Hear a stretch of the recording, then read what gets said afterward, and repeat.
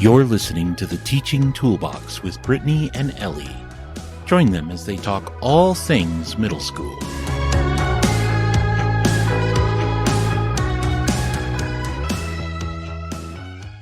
Welcome to the Teaching Toolbox podcast. I'm Ellie, and I'm here with my friend Brittany. Hi. Today, we're diving into 3 key areas that can significantly enhance the learning environment and set your students up for success: student neatness, class expectations, and classroom rules.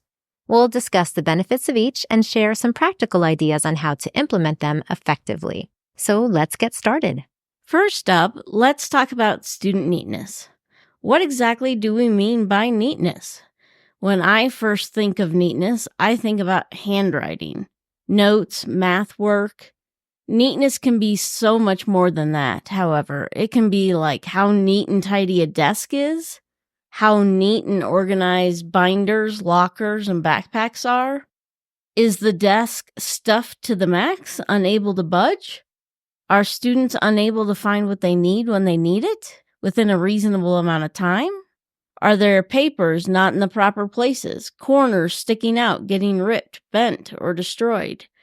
Do the bottom of their backpacks or lockers have papers piled up, baggies of food from old lunches, forgotten clothes, and a ton of pencils that they can't find to use in class? Mm-hmm.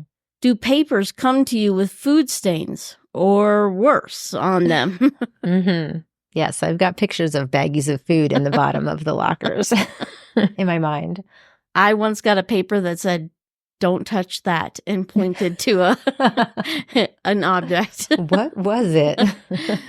If any of these scenarios sound like they could be your students, it's a great idea to take some time during a study hall or even during a regular class period to work on and stress the importance of organization. I would also teach the students that backpacks, lockers, and desks needed to be cleaned out weekly, either during a study hall, before or after school, or at home on the weekend. I would then periodically do desk or locker or backpack checks and award little certificates and classroom dollars to those with the best and warnings to those who needed to get a cleaning done. I will link those cards and my locker organization lesson in the show notes for you. Awesome. That sounds great. I like that idea of the little certificates if they are doing a good job with that. Yeah, when students have clutter or disorganized materials, it not only makes it hard for them to locate their materials quickly, but it can be a distraction during class and lead to lost instructional time as you're waiting for students who can't find their materials.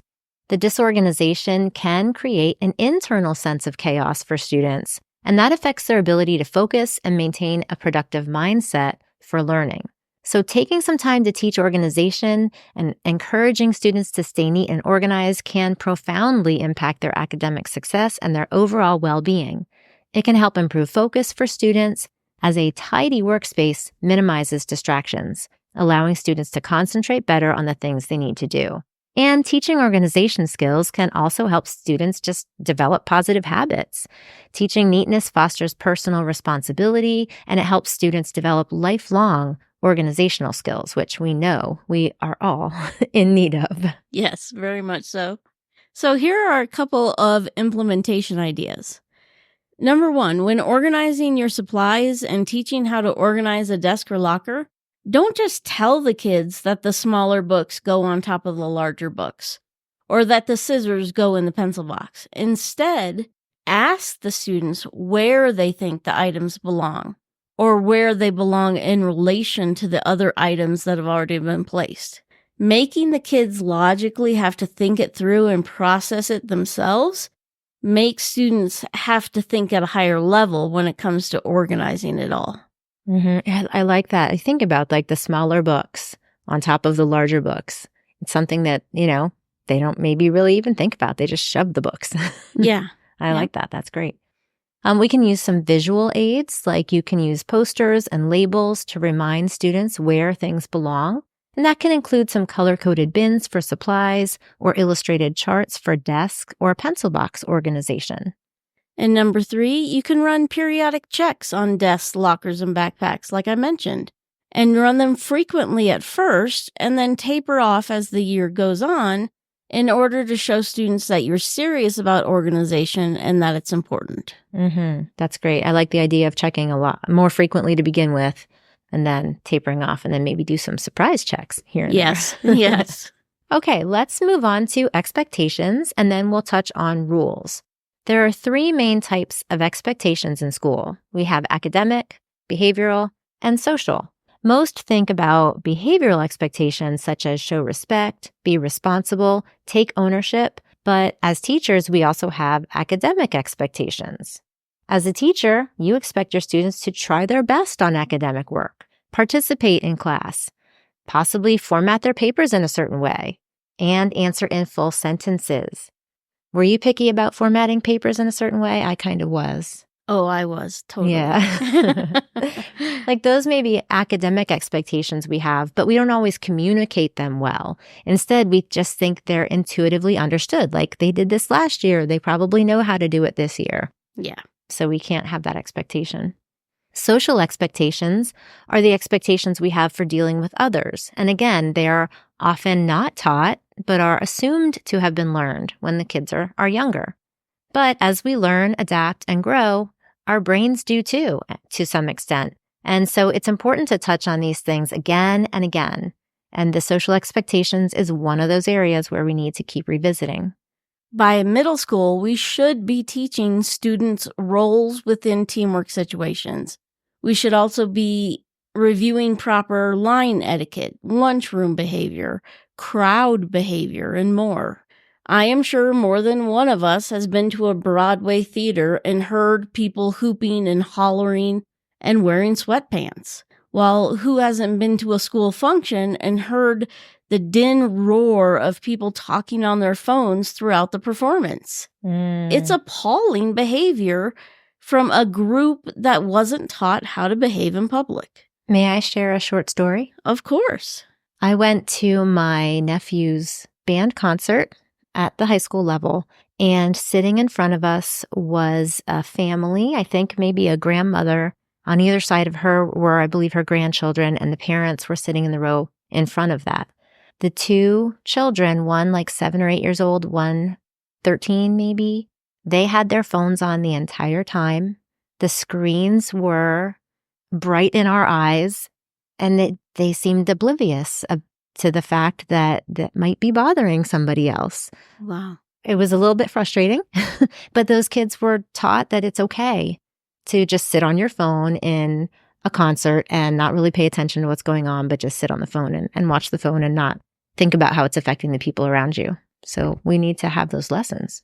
Yeah, we had an end of year award ceremony at the junior high I worked at, and you could barely hear the kids' names over the microphone and speaker because all the people talking on their cell phones or talking to each other. It was just sad. Right. So having and reinforcing expectations is critical for classroom management and success because clearly defined expectations can create a structured and respectful learning atmosphere. And they help you as a teacher gain authority and respect in the classroom because they see you as the one laying down those rules or those expectations. For sure. We might think of rules and expectations as the same thing, but we can approach them differently when we set expectations for our classrooms or behavior. Rules are specific, clear-cut guidelines that outline acceptable and unacceptable behaviors. These rules are often non-negotiable, and they're enforced through predetermined consequences. For example, a classroom rule might state that students must raise their hand before speaking, or another one might say that they are not allowed to use their phones during class time. So rules provide a structured framework within which students must operate, ensuring order and discipline. On the other hand, classroom expectations are broader and more holistic. They encompass the overall attitudes, behaviors, and work habits that teachers hope to see from their students. Expectations are often centered around creating a positive and collaborative learning environment. For instance, one classroom expectation might be for students to show respect for themselves, for one another, for property, for ideas. Another expectation might be for students to be engaged and participate actively in discussions. Or it could be for students to take responsibility for their learning. You could also have expectations for academics, expectations for behavior, and expectations like in a teamwork atmosphere. Expectations are more about fostering a culture of mutual respect and academic curiosity, rather than enforcing compliance through specific directives. In general, while classroom rules are the concrete do's and don'ts that govern student behavior, classroom expectations are the aspirational standards that guide the overall atmosphere and dynamics of the classroom. Both of these are crucial for creating an effective learning environment. Still, they operate on different levels. Rules maintain order, while expectations encourage a generalized, positive, and productive mindset and an overall set of ethics. So we've got a couple important things to remember here as we implement expectations. First, show consistency and clarity. Make sure students understand what is expected of them. This leads to a more predictable and stable classroom environment with less confusion and anxiety. Second, maintain some mutual respect. When expectations are clear, students are more likely to respect both the teacher and their peers. And motivation. When expectations are clear and spelled out, students are more likely to be motivated to meet them. And it's fantastic to have high expectations. Having high expectations can help challenge students to push their limits and surprise you with what they can accomplish. And so when we go to set and establish clear expectations, you want to have a collaborative creation. You want to involve the students in creating the class expectations at the beginning of the school year. That gives them some sense of ownership, buy-in, and accountability. Be clear and specific. Don't make a ton of little clauses or if-then statements. Just make general overarching expectations that can apply to almost any situation. And then set regular reminders. Revisit expectations regularly through discussions, posters, reminder notes. This keeps them fresh in students' minds and reinforces their importance. And when an issue comes up, discuss it with the class. Okay, classroom rules. Establishing clear rules is essential for maintaining order and ensuring a safe learning environment, like we've mentioned. The benefits of having defined rules include safety. Well-defined rules protect students from harm and secure a space for learning. It's the whole Maslow before Bloom argument. Students have to know that they are safe and belong before they can learn. If our students are fearful for their safety or scared of what will happen if they go to the bathroom or leave the classroom, they're not going to be learning well. Rules provide structure and order. They provide a framework for behavior, and once that framework is in place, classroom behavior is easier to manage, disruptions are reduced, and more time can be spent on learning.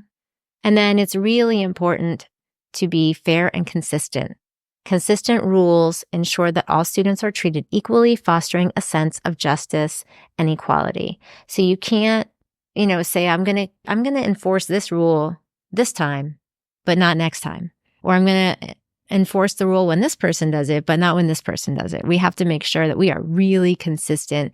If you're going to choose a rule that you can't be consistent with, then it shouldn't be a rule. Yes, very much so. When you go to implement your rules, have a rule-making session again at the start of the year where students can suggest and vote on rules. This democratic approach increases buy-in and adherence. And sometimes they want to make like 1 million rules, right? They want to make more rules than we do. But this might be a good time to say, how well can we reinforce this? Is this something that we can make sure we're consistent with every single time it happens and help them understand the difference between, something that can be consistent and maybe can't be? Yeah. It's funny how many rules they'll want to make. And how ruthless they are with their punishments. Yeah, that's true. Very true. Have positive reinforcement. Implement a system of rewards for following the rules, such as a point system or a Student of the Week award. This motivates students to comply and recognize their efforts.